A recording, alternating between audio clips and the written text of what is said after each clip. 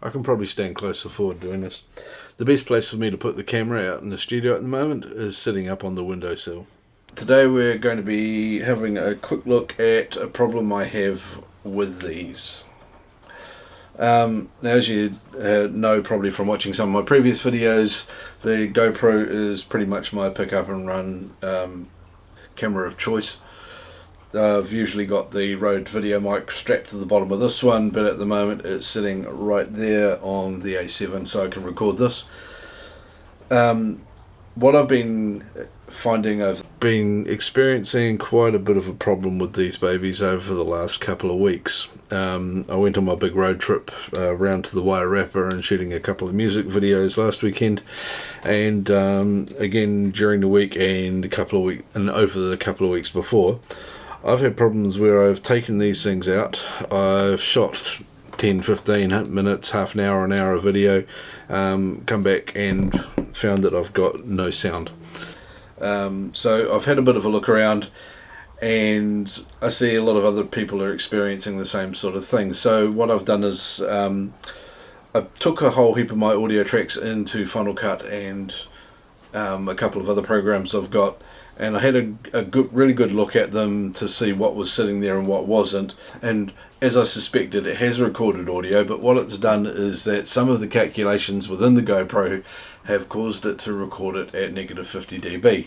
So while the data is there, it's recorded at a really low level and completely unusable. I have been able to artificially gain some of it up, but the gained up audio is just so full of noise and it's not usable really. So I've got hold of GoPro, and I spent some time chatting with one of their support techs today and have suggested a couple of things to them. First thing I've done is I've sent some really good information to the GoPro tech I was talking to. I've sent him the files that show examples of this happening on both cameras, some screenshots showing that the waveforms do exist. I thought I'd just show you here a couple of the screenshots that I've got out of Final Cut, because it'd be interesting to see whether other people are observing the same thing, or more importantly, if other people are seeing something that's different to what I'm getting.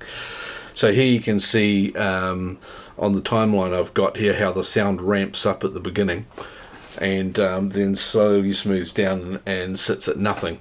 And if you have a look at the faded out waveform, which is the extrapolated waveform sitting behind the actual audio levels, you can see that it does move. And if you look down, and also if you look down here in the corner where I've got the audio levels, you can see that they are bouncing around even though it's below physically audible volume, and it is the right data that's being played back.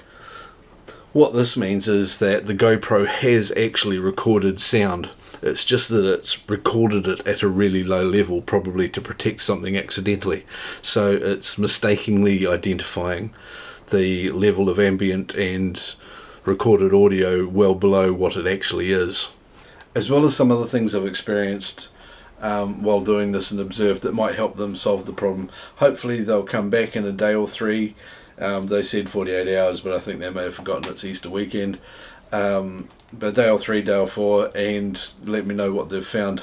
Hopefully they'll come up with some sort of solution. It might just be something in configuration that I haven't noticed. But I thought doing this was a much better idea than just going onto a forum and complaining and telling them they're assholes, because that's not particularly constructive. This is a pretty smart piece of software, and it's housed in a really small case. Isn't it surprising it doesn't get it right all the time? What I think would really help, what I think GoPro could do that would really help creators who are using these things all the time, especially to record audio, is an option for a small audio meter. They could display that quite easily on the back of the camera. There's plenty of space on the there's plenty of space here on the back screen of the GoPro to just put a couple of audio meters, an audio meter, something right down the bottom there, just something that shows the current audio level from 0 to in dBs.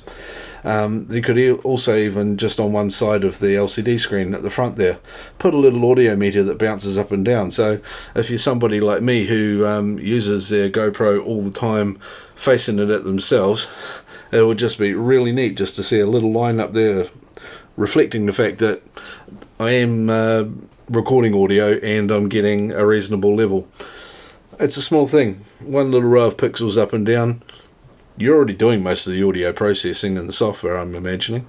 So it wouldn't be a big deal. Hell, I'll even take a couple of GoPros with it on to test. You know what I mean. Field testers. Just count me in, GoPro. Something else I'm going to do over the Easter weekend is a video that investigates the different ProTune settings in the GoPro. Now, I know a lot of people have done that, but I've spotted a couple of other documents and comparisons that GoPro have put out that specifically compared the dynamic range with the shutter speed and the ISO settings on the GoPro. So I'm quite keen on going and experimenting a bit with that and seeing what we can pull out of them that's a bit more by playing with the GoPro settings in some more detail. But anyway, that's another video coming up. Hit subscribe so that you see those. It's starting to rain at the moment. One thing I haven't done in the studio yet is put some soundproofing up on the roof and on the walls. That is coming. I haven't done it yet. Right, thanks for watching this. I know it's been short. Hopefully it's going to be useful. Don't forget to hit subscribe so that you get a notification when I get the answer to this, and so that you get information about new videos that I do. If you've got any other questions or information about the GoPro and what it does and doesn't do and problems you're having with it, put something below. Maybe I can make a video on it to answer some other questions or get hold of some people. Click like, click subscribe, share the video out, do all that good stuff, and I'll see you tomorrow.